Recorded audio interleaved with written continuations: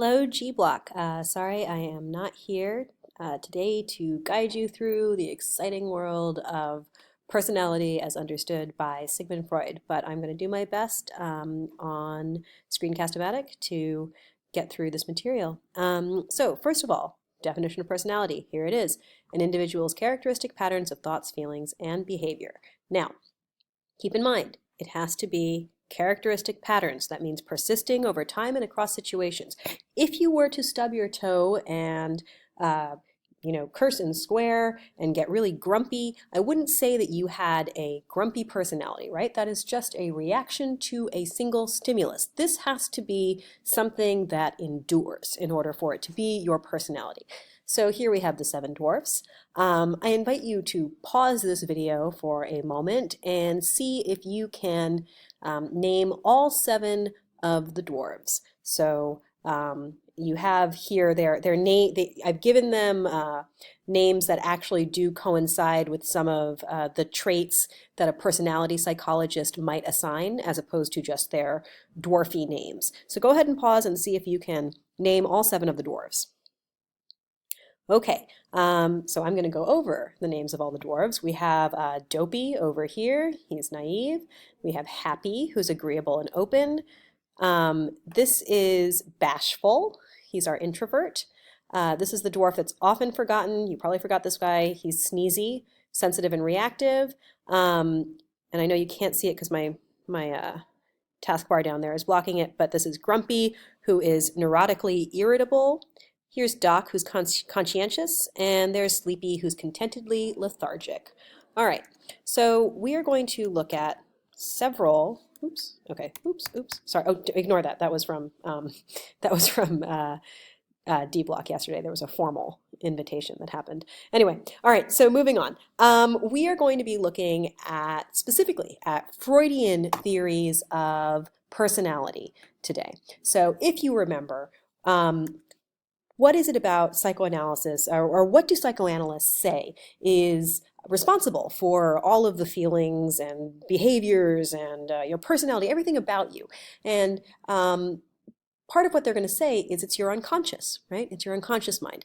Now, as your book went over, and as we've discussed in the past, Freudian psychoanalysis is no longer really practiced in scientific psychology as we know it in 2017. Nevertheless, we still study it because it is of historical importance. And there are several interventions and innovations that Freud brings about that we kind of take for granted today that are very important to the study of psychology. One of these is this idea that inner forces interact to make us who we are. Now, we might take this for granted now, this idea that there is something within us that gives us our personalities, right? Whether that might be genetics, or whether it's how we internalize external norms, or how our relationships are internalized to then create the personalities that we have, whatever it may be. But think about how Freud is doing his work in the late 1800s, early 1900s. So when we have this 19th century kind of idea of an inner force that's making us who we are, that's very, very different from previous centuries that would say the reason that you are the way you are is because of, a benevolent creator who made you that way, right? Now, we take this for granted here in 2017, that it isn't all about a kind of religious, philosophical, or theological understanding of who we are, but rather something else. So Freud, by positing this, is making a major intervention into how we understand ourselves and our behavior.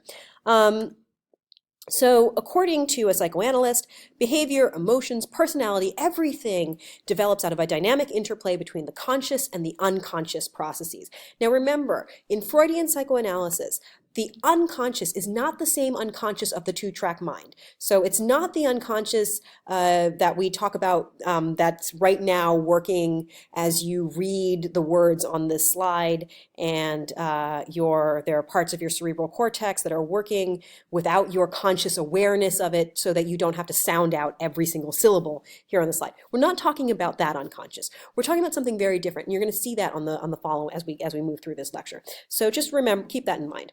All right, this is kind of like it's like a precursor. It's an antecedent to how we understand the unconscious in terms of the two-track mind or, brain functioning. All right. Who was Freud? So Freud was a physician. So here you have his dates. Trained as a physician in Vienna. And when he's a doctor and he's treating patients, and the thing that he's really, really interested in more than anything is these patients who come in and say they're experiencing deafness, but there is no physiological etiology, there's no physiological explanation for why they can't hear, or why their hand is paralyzed, or why they can't see. And so he becomes very interested in these psychosomatic diseases, right? Which psychosomatic meaning that psychological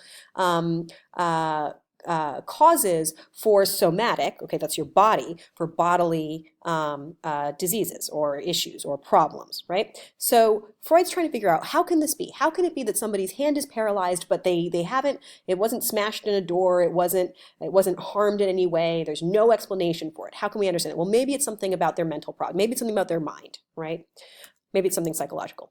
He thinks that it might be the unconscious. That's what he comes up with, that the unconscious might be responsible for some of these psychosomatic manifestations. And he develops, from this idea of the unconscious, he develops an entire theory of human personality, of development, of behavior, and he's going to call this theory psychoanalysis, and the way that you treat any problems that arise out of his understanding of the unconscious, you're going to use psychoanalysis, right? So, we already talked about one technique that psychoanalysts use to try to reveal the unconscious mind, and that was dream analysis, right? So they look at the manifest content of your dreams, what actually really happened in your dreams, and then they try to figure out what is the latent content, what are the symbols, what does it represent, right? Now, something else that psychoanalysts are going to do is they are going to talk about free association. All right. Now, in your mind's eye, think about like cartoons or movies that you have seen where people are going to go see therapists or psychoanalysts. And what does it look like? It probably looks like somebody lying in a couch in a dimmed room, and their back is to the psychoanalyst, who is sitting there in a chair writing on a clipboard, right? And maybe they're saying something like, "Tell me about your mother." Right? And then the person is facing away from them, lying down on a chaise lounge and talking about their, just sort of, and free associating, right? And free association is that you are just supposed to talk. You're not supposed to be inhibited. You're just supposed to talk about anything, right? And just let that go where it will go. And the idea is that if you free associate in the presence of a psychoanalyst, you might begin to start to say things. Some thoughts will bubble up from the unconscious, and your therapist will help to interpret what those thoughts mean, right? So what I'd like you to do now is I want you to find a partner. Okay, find a partner. All right. So, and if we need to have a group of three, you can have a group of three. Now, with this partner, what you're going to do is you're going to engage in some free association. So, what I want you to do is to turn your chair so you're back to back, you're not looking at each other. And I want you to take turns. So, for 1 minute, I want one of you to free associate while the other one is the analyst, and then I want you to flip it. All right. And so, just do that for a minute each and just see what it feels like to try to free associate. Okay. So, pause this video and go ahead and do that. All right, you're back. You free associated. Now, you probably realized that it was pretty hard to do, right? That it's pretty difficult when you are in a room full of a bunch of other people who can hear you, and you are indeed free associating in front of somebody who knows you, to actually just talk about anything without any inhibition. So you have to imagine that with real free association, it would be in a private space. You'd be with your analyst, who is not somebody that you would be on friendly terms with. You would only see them in the context of them being your therapist. And you can imagine, now, for example, again, remember, the other big innovation that Freud gives us is that something else that we take for granted is that in the late 1800s, this is the Victorian period, right? Now, we may think that here in 2017, we live in a sex-obsessed society. Now, the thing that's funny about the Victorians is that they were also sex-obsessed, but in a different way. They were sex-obsessed because they were totally, absolutely trying to shut down any discussion of sex. right? That sex was something that was something that should be hidden away, shouldn't be ever discussed, was actually probably a little bit wrong, and was not a source of pleasure, right? We kind of take that for granted now that people sort of think of sex in a very different way here in the 21st century. Now, what Freud does that's so different is he insists that sex is incredibly important, that we need to talk about it, that we need to be frank about it, right? And this is something else that Freud really gives us, that, again, even if we don't take all of his theories at face value within psychoanalysis, or rather within psychology, psychoanalysis is the first real foray in psychology to frankly discuss sex. So this is something else you can think about. Now, why do I bring that up? Because with free association, you have to think about, like, if Freud is going to say, for example, take the paralyzed hand example, right? Where we don't know why somebody's hand is paralyzed. We don't know what's going on there. We're trying to understand. And we're trying to find the psychological root. Freud might say something like this: well, maybe you're experiencing this paralysis because you feel shame over masturbation. Now, how are you going to get somebody in 1895 to just talk about that, right? Well, that's why we have this technique of free association, that it's a totally judgment-free space where you are allowed to just say anything and it's okay. All right, so there you go. The other technique for revealing the unconscious mind, you may have heard of the term a Freudian slip. It's when you say one thing, but you mean your mother. So the idea here is where you accidentally say something, and what you accidentally say reveals what is really true, right?